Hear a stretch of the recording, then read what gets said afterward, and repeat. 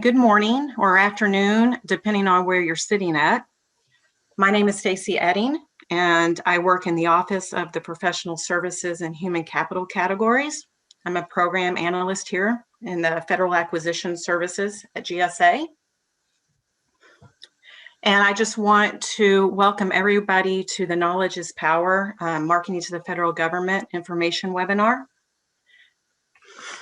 And I also wanted to congratulate all of you on your new professional services mass schedule. I'd like to start by thanking you for taking the time to attend today's session. The purpose of this presentation is to help you win government business. My hope is that every single GSA contract holder is successful with their schedules. I do realize that it can be hard to get business in the government. So in today's presentation, I will share GSA's role in helping you promote your contract.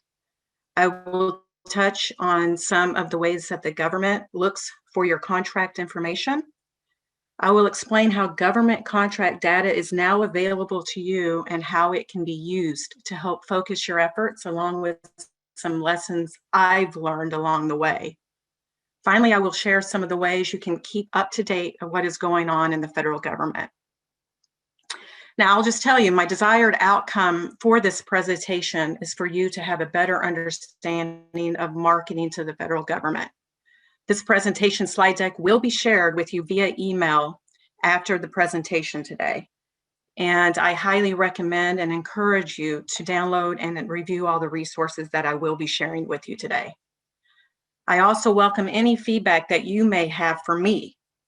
I'm always looking to make this presentation better in the future, and maybe you have references that I am not aware of. I don't know it all, so it'd be nice if you would share those with me. Now, I would like to go over a little bit of housekeeping for today's presentation. I anticipate that this presentation is only going to be around 25 to 30 minutes. I am going to break between each major segment to allow for any questions that you may have. My colleague, Bill Neese, is here to look in the Q&A pod to see what type of questions we come through. So I will pause and I will try to get all those questions answered for you.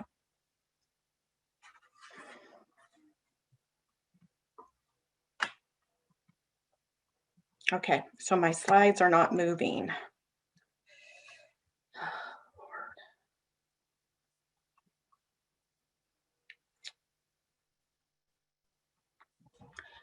Okay, sorry about that.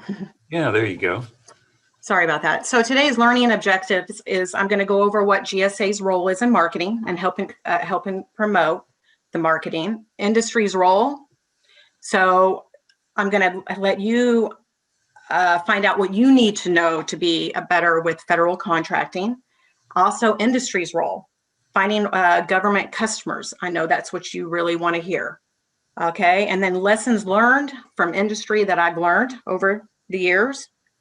I'm going to go over some agency information, capability statements, which are very important, and then also lessons learned from agencies. Also, I'm going to show you how you can compete, and at the end, I will have a lot of reference material for you to take away from today's presentation. Okay, so let's go over GSA's role. So GSA has a lot of marketing materials. For instance, we have a marketing, we do conferences. Well, before pre-COVID days, we have conferences, shows, events. We also hold industry days, customer forums, focus groups, and we used to have face-to-face meetings. Hopefully that will happen again in the near future. We also have GSA, we manage our web pages, the web pages, and GSA Gov is everything GSA Gov. You go in there, you can find information on buying and selling, real estate, policy and regs, small business, travel, shared services, technologies, all that good stuff. We also have the Acquisition Gateway. This was built by GSA to be a helpful tool for federal government buyers from all agencies to act as one acquisition community. The goal here is to achieve acquisition excellence. On gsa.gov, there is a quick video rundown that will explain it in better detail. So please take that time to look at that video.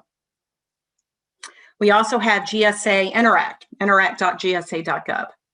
This is an open, collaborative community for connecting, communicating, learning, and engaging across all of GSA topics.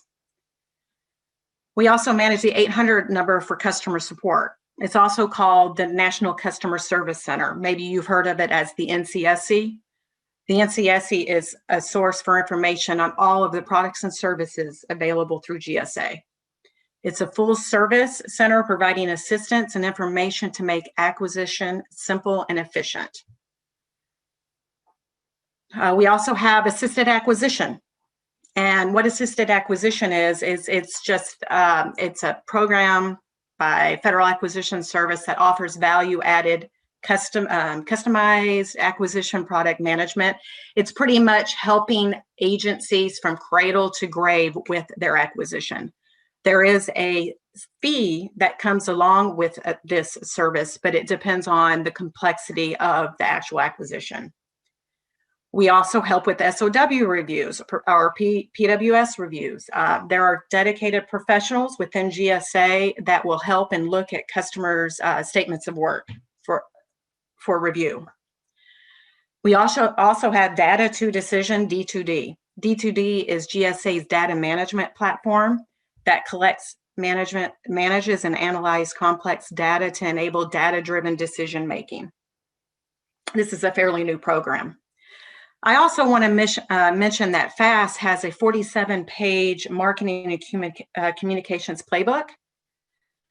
It covers everything from the 800 number to Facebook posts, from blogs to webinars and everything in between. We are constantly promoting the contracts that you hold and teaching potential agencies how to use them.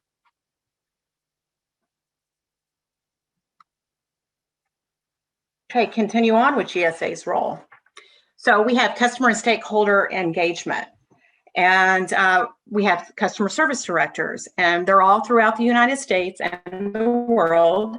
What they do is they provide direct support to the agencies using our products and services. They also work to promote and educate our potential customers. When you go to this right here, when you go to this map that I put on here, I also have a link to it. You can click on that and you can find out who your customer service director is in your area, or the area that maybe you're working with a potential customer and maybe they need some more information. You would go here to find out who their customer service director is. Please just know that the customer service directors cannot participate in meetings with you per se. They can't, market just your specific schedule, but they can help educate the customers on how to use the schedules. We also have national account managers, and they all reside in the DC area. And they are senior officials who work directly with agency leadership to ensure GSA supports the missions of all agencies. These customer support personnel are working to find solutions, and they want to provide training, solve problems or issues, and build relationships with key accounts. They are not, like I said, they're not available to go to the meetings with you, but they are there to help the agencies understand the schedules program. So that is pretty much the gist of what GSA's role is in this whole grand scheme of things. And so I'm going to pause right now and just find out from Bill if there's any questions in the Q&A box that might have come through. Stacy, I'm not seeing any now, but just to kind of amplify and foot stomp what you just said, I think as a new contractor to the federal government working with GSA, maybe an initial assumption is that GSA's sole focus is on customer agency requirements. And I think one of the points that Stacy is trying to make is that in a number of different ways, GSA kind of views their role to be the third party in the relationship between a government customer and a vendor. We want to obviously work with and educate and support customer agencies and their requirements. But at the same time, you've just made it through and been awarded a contract to potentially meet a future government requirement, and we want to help you be successful in that endeavor, if that makes sense. But no questions so far, Stacy. Okay. Well, it looks like one did pop in, or Yes. am I just seeing just numbers just to see them? No, you got a question from Madeline. She asks, can customer service directors help someone understand how we can update a price list with new LCATS rates and SINs? I'm not sure if that's their role or not. Actually, I think probably for that type of information, it would be what I discussed earlier in the NCSC, National Customer Service Center. I know they get those type of questions and then they disseminate them to the person that can help you with that. But I don't think that customer service directors do that.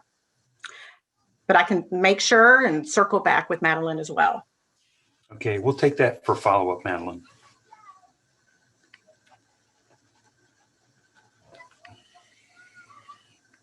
Okay, so I'm going to move on.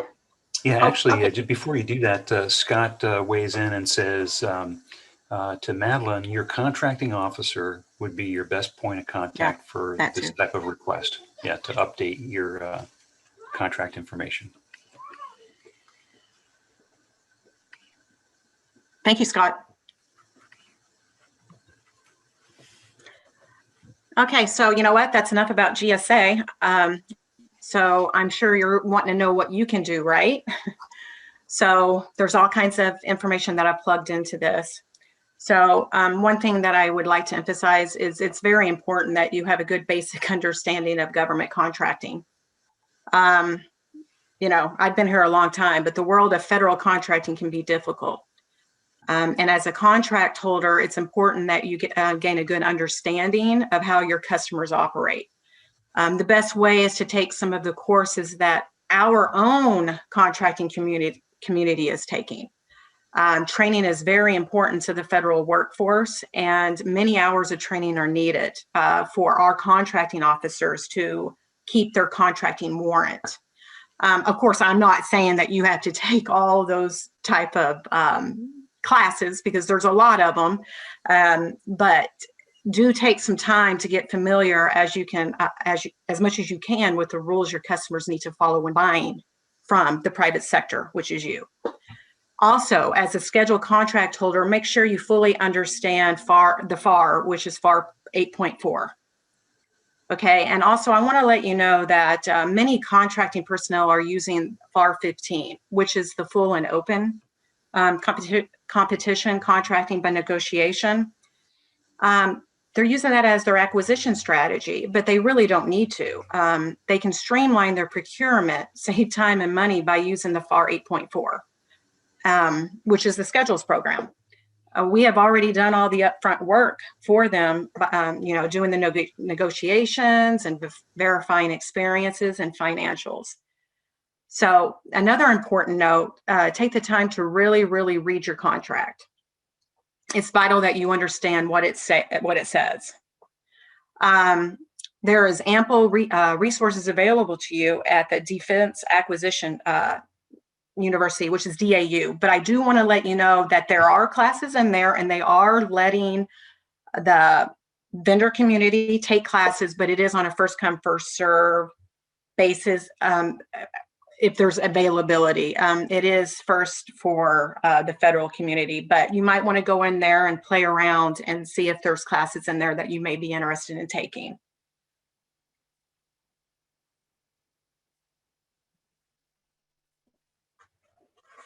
Okay, we're still on your roll, and this is the fun stuff, right? Which is all training. So I've put some bullets on here, and again, you will get a copy of this presentation, and then when you click on these, it will bring you right to that information. But we're making it easy for you to get your training. Please take advantage of it. It's there for a reason, and I think you will really find it beneficial. Interact.gsa.gov that I had mentioned previously is a great resource. You can see that there are specific instructions for how industry can participate. There are several communities in Interact. Some of those communities that may interest you are these right here, events and training. There is a specific class on there that is called Making Market Research Easy. I do know that, and it's enhancing industry partnership. There's 3 that is offered this year. And I should have wrote down those dates, but I didn't. I'm sorry. But if you click on that link, it will let you know what days those are. Another one that may interest you is the Integrated Award Environment Industry Community. What this is a government-wide initiative administered by GSA's Federal Acquisition Service. We manage the system, and it's a part of the federal awards life cycle. The IAE program is a part of the Office of Systems Management, operated by FAST, which manages, integrates, and unifies the federal award process for the United States government acquisition workforce, business partners, and the assistant communities. Also, the multiple award schedules. I'm sure, as you all know, in FY2020, the 24 legacy schedules were consolidated into a single schedule broken down into one. This is a great place for you to go and learn more about MAS, which is your schedule. And then also we have the professional services community. Okay, there's a treasure trove of information in this one. This is one of my favorite ones. Especially under the resources tab section, you'll see info on how to be a successful contractor. You have welcoming packages in there. You have contract requirements along with modification guidance. And last but not least, marketing of your contract schedule. Also, a lot of very useful checklists are also in the professional services community tab. Also, another one that would probably be beneficial for you is the Small Business First. This is the federal government has personnel to specifically work with small businesses, and they assist them in finding federal opportunities. They have information on planned federal contracting opportunities. The tools assist the acquisition planning by helping vendors learn about potential prime contracting opportunities that are coming up. Then we have the ACT IAC Accelerating Government. This is and honestly, this is more IT driven, but we do have some overlap. So I just wanted to bring this to your attention. You do have to be a member, but as a member of ACT IAC, you will have the opportunity to engage, learn, and lead.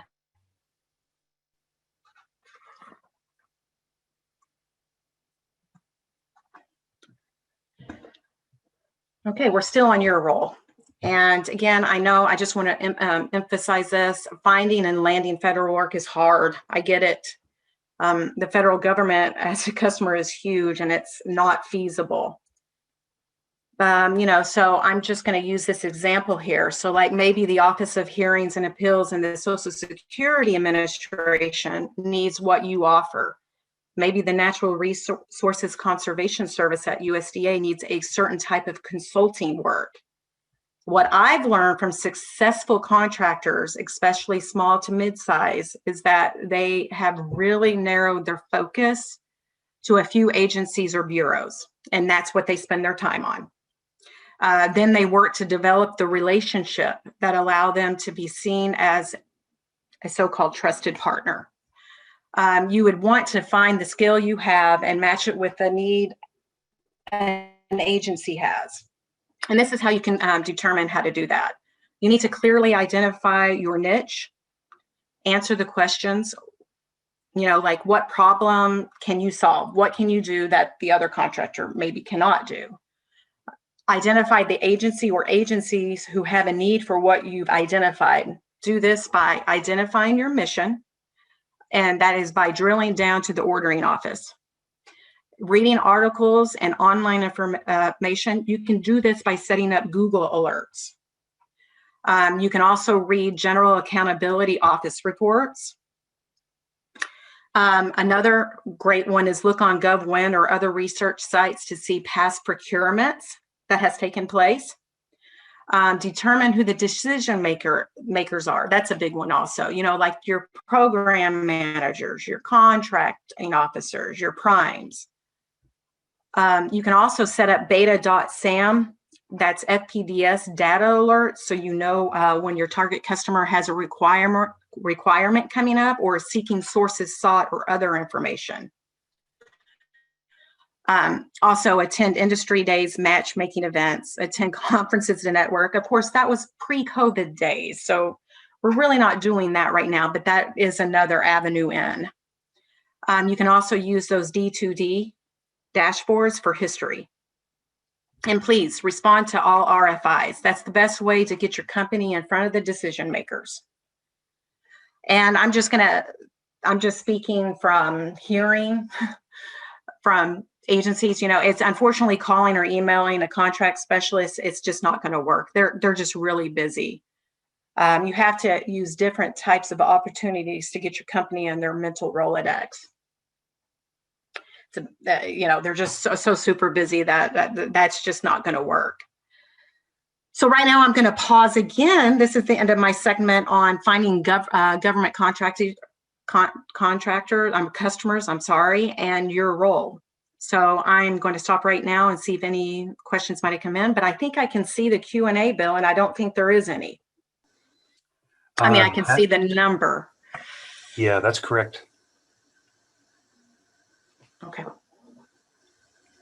So I'm gonna head on.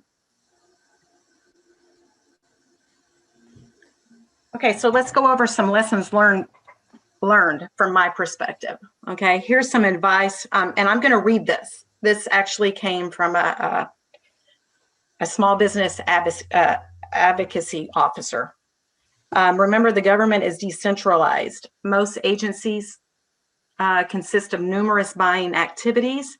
For example, the Department of Justice has 9 bureaus, Treasury has 10 bureaus, DOT has 10 bureaus, and DHS has 22 organizational elements, but only 8 of those have procurement authority. Learn what each targeted agency bureau does and how they spend their money. You know, and I'm sure you know, by having a GSA contract doesn't automatically mean that you're going to win contracts. It takes a lot of work and dedicated time to, one, understand the government, and to identify the right opportunities to pursue. Consistency and determination are necessary, and although it is difficult for smaller businesses, we do understand that. A full-time government sales marketing person is really important and highly recommended. One of the objections you might hear is, I'm sure from the work that you do, is I don't use GSA because their fee is too high.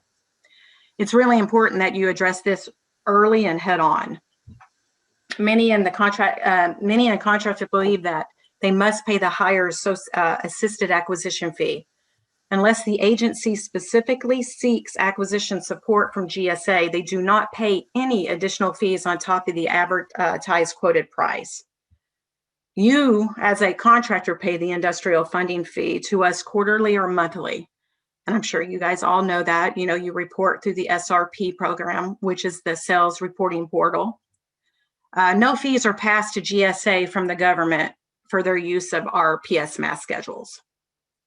And also, I just want to let you know, the reason there is that IFF fee is that it is paid by, you know, that's paid by you, is it helps us pay for things like contract management, all our contracting officer e-tools. It pays for FAA acquisition training courses. There's a lot of different things that that fee helps pay for at GSA.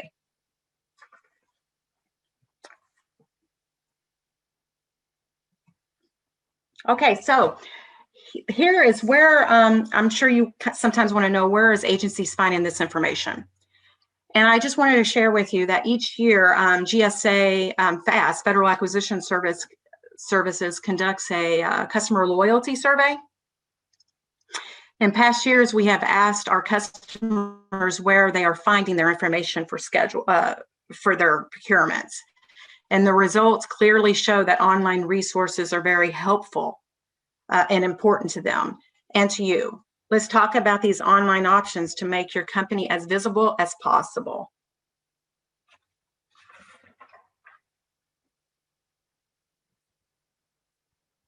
So again, where are the agencies going?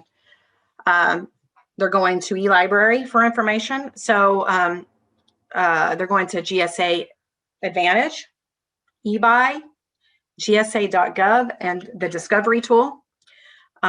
Wherever your contract is displayed, it's a good practice to set up a monthly calendar reminder to check all your information and make sure it's all up to date and current. Use human-centered design techniques like think aloud testing and walk a mile, and pretend you are a customer trying to find a solution that you are offering. Can they find you easily? With 1 or 2 clicks, can they get to important information to conduct their market research in a fast way? This is all important things to agencies. You do not want your customers to have to work too hard for your vital information. They should be able to go to your website or other online sources and in 1 or 2 clicks, get all of the information they need about your contract.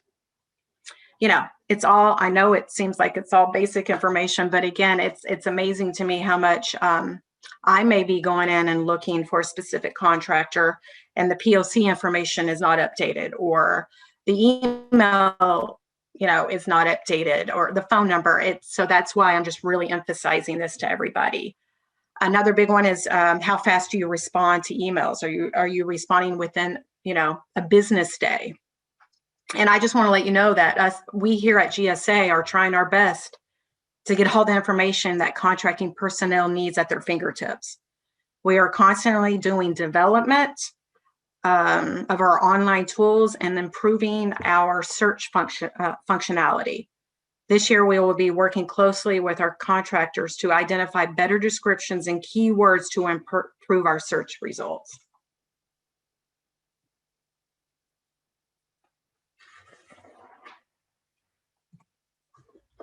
Okay, and I just put this on here because I just like putting this on here, and you can either take it and run with it or put it on the back burner or whatever. I just wanted to let you know that this is an example of a business card that has all the information the potential client would need to find you. This particular contractor has retired and sold her company, but she was very successful at winning government business in her career. Things to point out here that I would like to point out to you is basic business card info up front, contract numbers easily identifiable, clearly a small business. Her NAICS codes are listed on the inside. You will want to make sure you are fully aware of the NAICS code, which stands for North American Industry Classification System. Many contracting personnel begin their market research with looking up NAICS codes.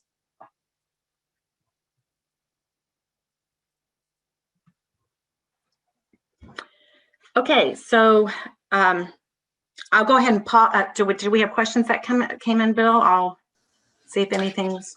Yeah, we sure do, Stacy.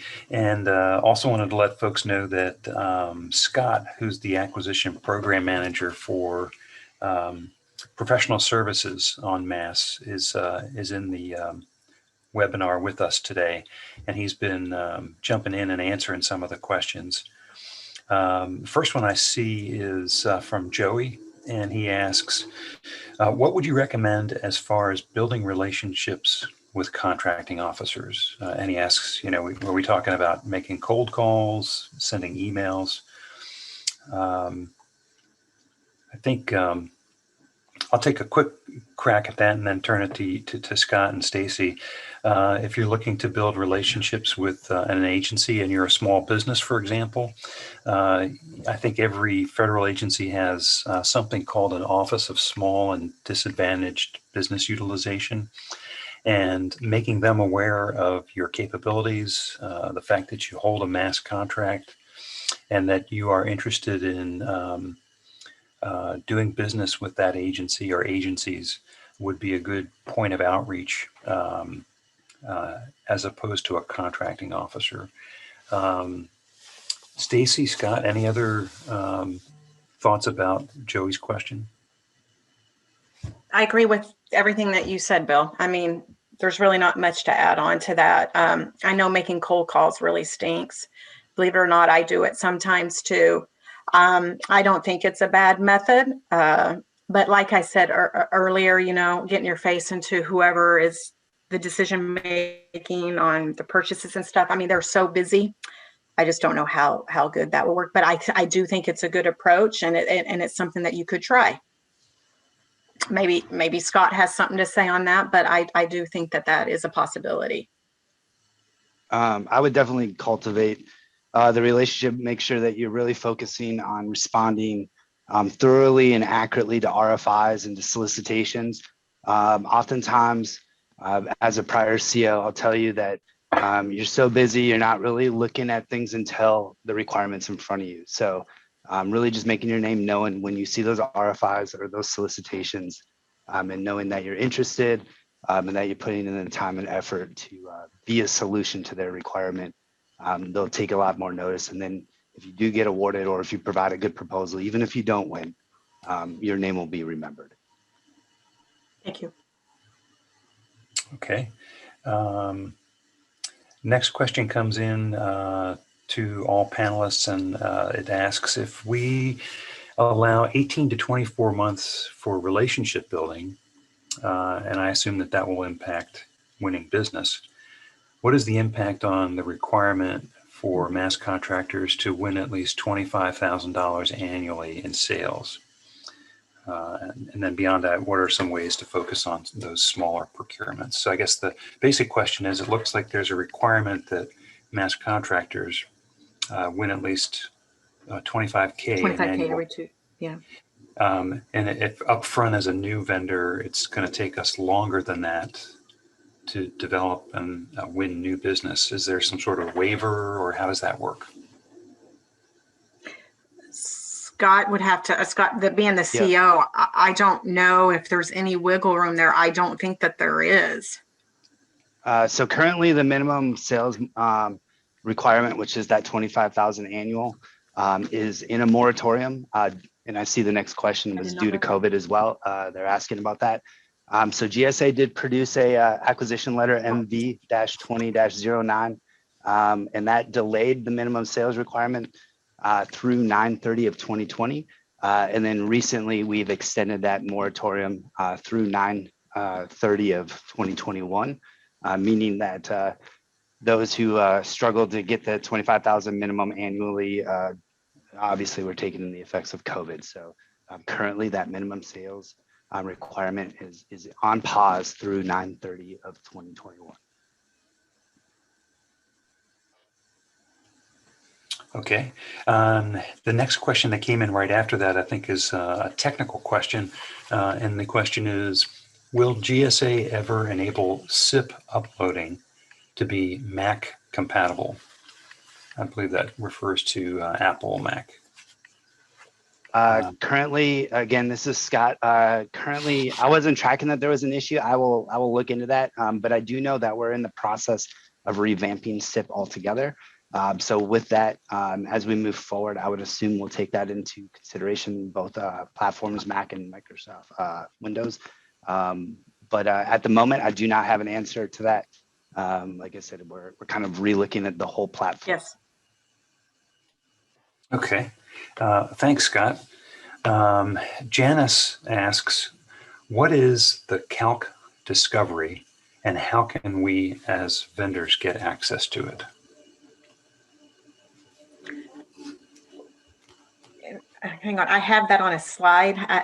I was going to be going over that on slide.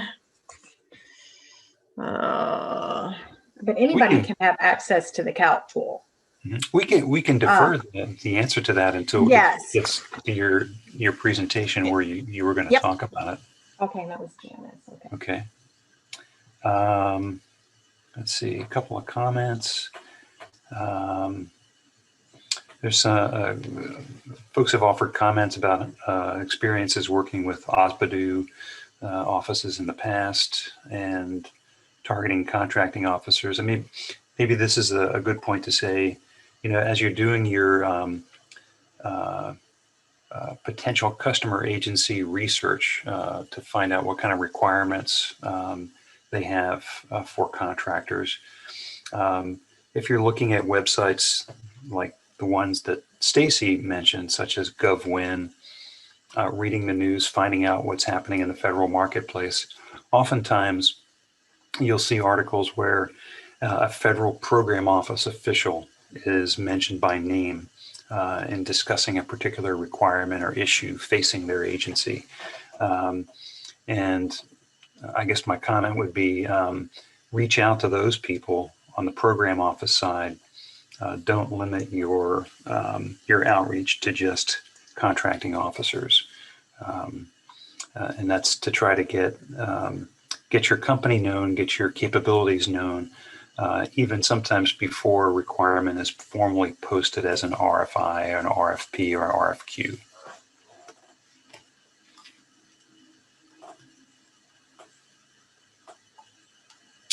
Any other questions for the panelists before Stacy continues her presentation? Bill, we have some questions that are in the Q&A box as opposed to the chat box there. Oh, okay, got it. Let's see. And Bill, if you feel like any of these are I do have the last slide opened up for Q&As as well. If you want me to get through the rest of it, whatever you want to do. Oh, okay, got it. Well, let's see. There's just a couple here. Okay. Why don't we, since we're doing pretty well on time, I have 37 past the hour. First question posed by Tim is, contractors are not authorized to register for a GSA D2D account unless they have a .gov or .mil email account. Tim asks, if you don't have either one of those types of accounts, how can we get access to the D2D portal? I'll have to loop back with that. Are you keeping those questions, Bill? I am, yes. Get that answer and answer directly.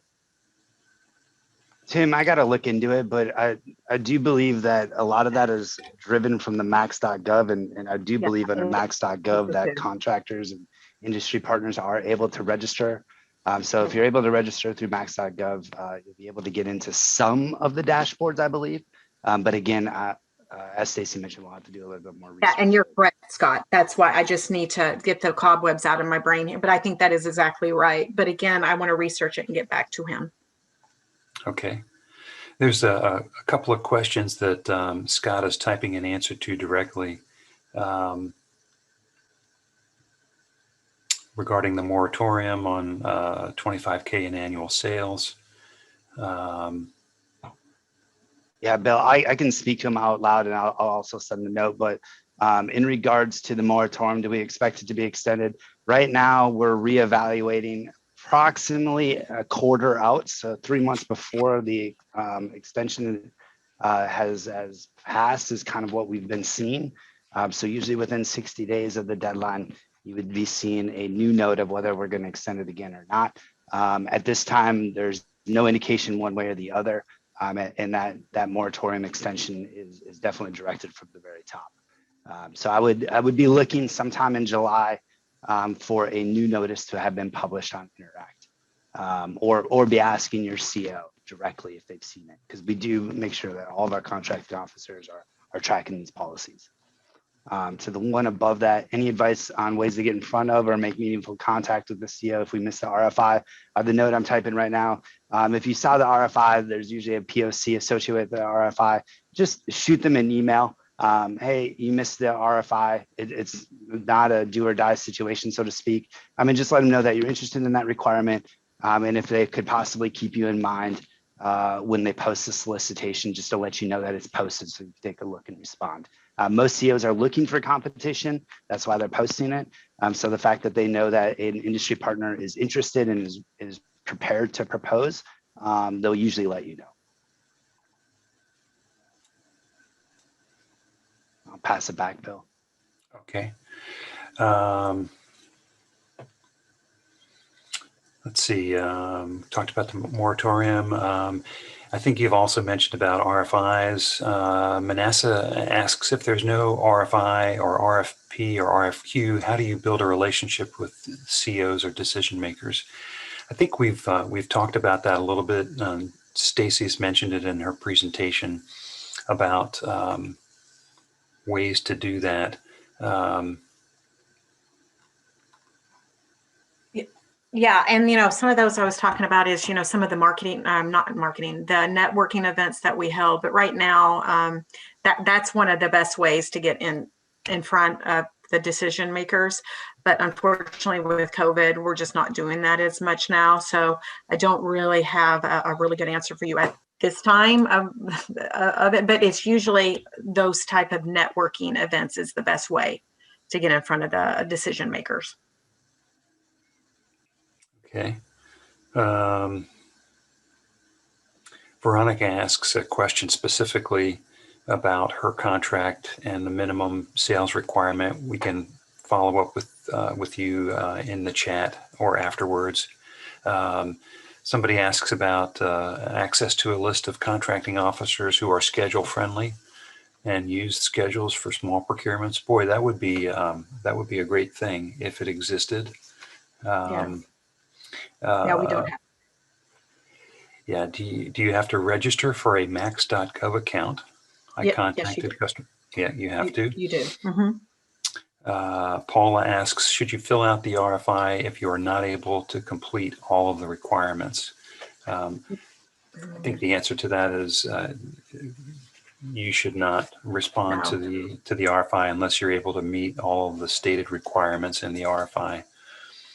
And that's going to be also on one of my frustration slides, things that I've learned in the past in regards to frustrations from agencies, and that was one of them. Either quote everything on the RFI or none at all, basically. Right. And then let's see. Let's take one more question before you move on. Someone asks again about the 25K minimum sales requirement. If it's on hold until September 21st, can offers submit a streamlined offer instead of a standard offer if they do not meet the minimum but meet all other requirements? The 25K prerequisite was previously set for streamlined offers.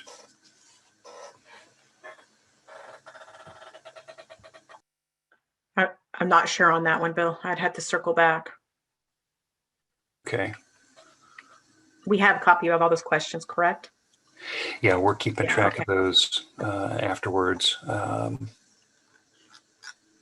Okay.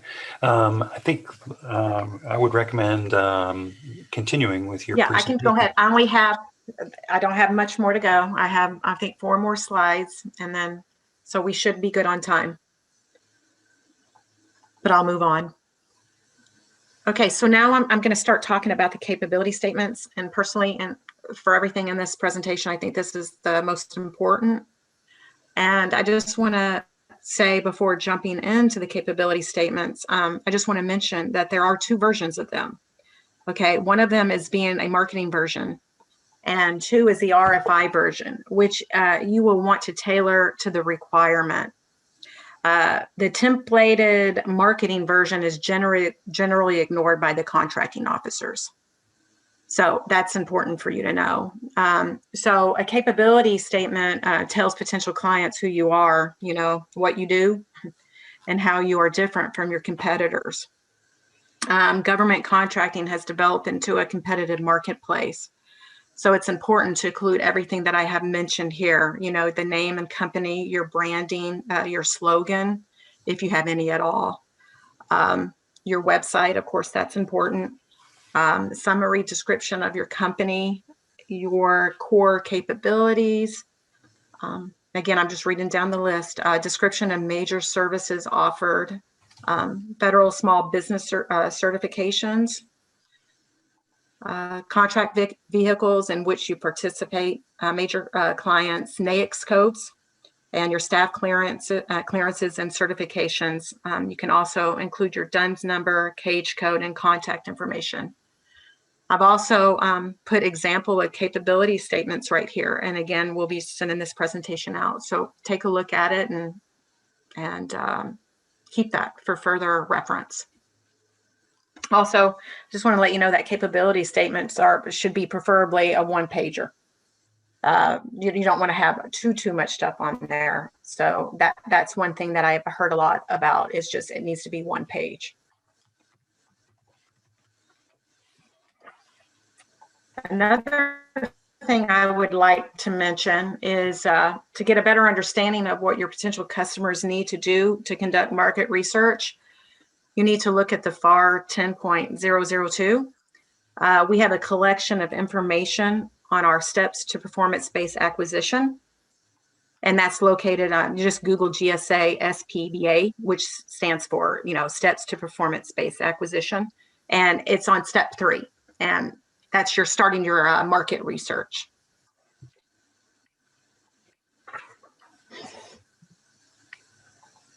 Okay, this is lessons that I've learned over the years, and I'm going to start with the agency frustrations first. Again, this is all self-explanatory, but I just want to bring it up, is please make sure to include everything that the agency is asking for. They are asking specific information for a reason. Without following the instructions or leaving important information out or being late will usually throw you out. Waiting to the last minute to ask specific questions, that's a big frustration too. They're ready to get this out the door, and by waiting the last minute also could throw you out. Yeah, let's see. Where am I at? Okay. So proposal submission, if you are late, you are out. Federal contracting is more stringent than commercial practices. Another big one is incorrect pricing on GSA Advantage and eLibrary. That's why I have said numerous times it's important to have your information updated everywhere that you have your information. And also, please do not quote something that is not awarded on your schedule or out of scope. This will only waste the time of the agencies reviewing your offers, just to find out that, it's not within scope. Okay, and so this is a big one. I know I've really driven this home, but adding an IFF, the industrial funding fee, as a separate charge that is already rolled up in the contract prices. Please don't list that as a separate charge.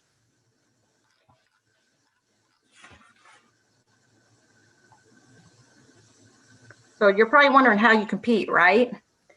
And it's pretty much self-explanatory again. It's just, read the quotation instructions carefully. Read it a few times if you have to. Just make sure that you're not missing any of the important information that they're asking for. Also, you really don't need to be long and drawn out. Just give a few sentences and be concise in regards to that requirement. Like add things like, in addition to, I can do this, do this with that requirement, kind of, really sell yourself. And what makes you stand out from the competition? I'm sure there is something that you could offer that maybe a competitor can't. This is a great selling point and a great way to sell yourself. So, make it count. And discounts. Discounts are highly recommended, but please refer to the commercial sales reduction clause, which is 552.238-81. This is a great way to possibly compete and win. And it does not mean that you have to offer that price all the time, but it's a great way to get your foot in the door. Okay, I'm almost done, I promise. Okay, this is another important one, landscape scanning. And this is coming from a few people that I have also talked to, but looking back on what I see as tactics for successfully managing the world of federal procurement, it's all about the connections. The contractors, large and small, who I have witnessed make progress and be successful, have been active in their respective community. It seems large, but once you really dive in, you realize the world of federal contracting acquisition is actually not that big at all. Yes, you do need to start large, like joining a professional organization, but the contacts you make will drive what you are looking for. You'll be privy to useful information, and you'll learn from stakeholders. At first, it does require a bit of time and energy to understand and get a good feel for who the players are, especially the decision makers. So that's why I've added this landscape scanning. Scanning on a daily basis, like reading through periodicals, has helped us at GSA learn about opportunities that we would not otherwise know about. For example, Jane's Magazine is one of the focuses on intel and security. In the past, we have advertised in this magazine highlighting our linguistic services on PS Mass. If you go to their website, you will see that they have links and compatibility statements. They also have, they list events that they're holding, and you can drill down to specific areas of interest and something that you might want to focus on. Okay, and I've also put that link there to the University of Louisville Library Government Resources. It looks to have all kinds of government issued periodicals. There may be interest there for you as well.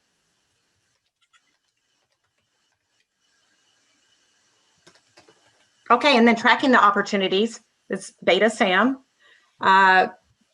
This is the next phase of GSA's effort to streamline everything.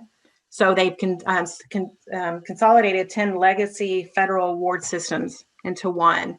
So things that you might know is like FBO, FPDS, WDOL, which is contractor data reports, FPDS. You can learn about contracting data reports there, run contractor data reports. And then FBO is, you can learn more about contract opportunities and search contract opportunities. And wage determination. You can learn about the wage determination and search under wage determinations. You can get all that under sam.gov, beta.sam.gsa.gov. And last but not least, this is the additional reference material that I thought I would add that I thought would be useful for you. I've added stuff in there like the Mass Desk reference. This is a GSA's desk guide for scheduled buyers. Again, the Vendor Support Center, that's also the NCSC, but this will link you right to it. It has information and training for new and current contractors, vendor and education, USA spending, indirect, multiple award, everything that we pretty much talked on, I put it on one page here.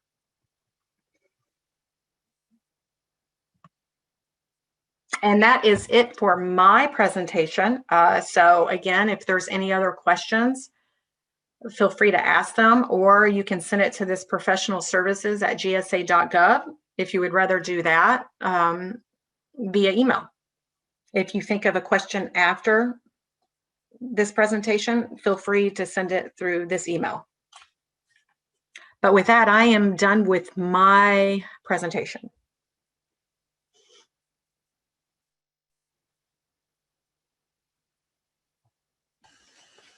Okay, thanks, Stacy. Let's see. I'm taking a look at the questions and answers. It looks like Scott has jumped in and answered the questions that folks have posted there. A lot of them about capability statements, length.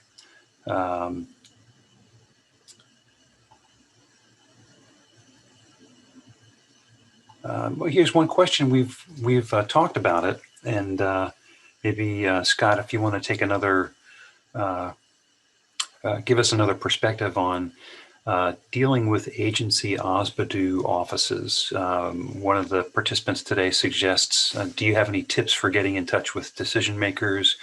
We've tried, in our experience, to use OSBADU, but have not had much success with them.